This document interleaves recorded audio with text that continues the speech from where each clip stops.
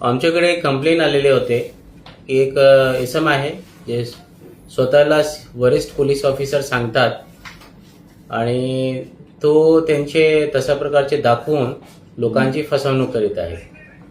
आणि त्यामध्ये त्यांनी लोकांकडून पैसे घेतलेले आहे किंवा मेडिएशन करतात की त्यामध्ये ते काम करून देणार आणि त्यामध्ये एक इसमांची चिटिंग झालेली होती आणि त्यामध्ये 10 लाख रुपये त्यांचे गेलेले होते। त्यानंतर आम्ही खात्री केले आणि हा इसमावर आम्ही ट्रॅप लावले। तर काल ते लीला हॉटेलला तो आणि अजून दोन इसम त्यांच्यासोबत आम्ही पकडलेले आहे। त्यांच्यावर गुन्हा दाखल केलेले आहे। ते गुन्हा पुढील तपास युनिट 1 करीत आहेत आणि त्यांना कोर्टमध्ये प्रोड्यूस केले।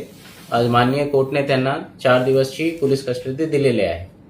त्यांचे जे इतिहास आहे ते बरेच काही वर्षापासून त्यांनी फोर्ज आयडेंटिटी कार्ड पण बनवलेले आहे आणि ते स्वतःला एसीपी आणि डीसीपी मुंबई सांगतात। तर त्याप्रमाणे आमचे पुढील तपास चालू आहे आणि पुढील अजून कोणाची फसवणूक यांनी केलेली आहे त्यावर पण आमचे तो पण आमचे तपासाचा भाग आहे। हामध्ये जे एक आरोपी आहे, 3 आरोपी आहे। हामध्ये एक आरोपी असा पण आहे ज्यांच्यावर पूर्वी 3 अभिलेखावर गुन्हे आहेत। त्यांच्यावर 3 वेगवेगळे पोलीस स्टेशनला, कस्तुरबाला गुन्हा आहे, साकेनाकाला आहे आणि खेडवाडीला आहे। चिटिंग आणि फॉर्जरीचे गुन्हा आहे।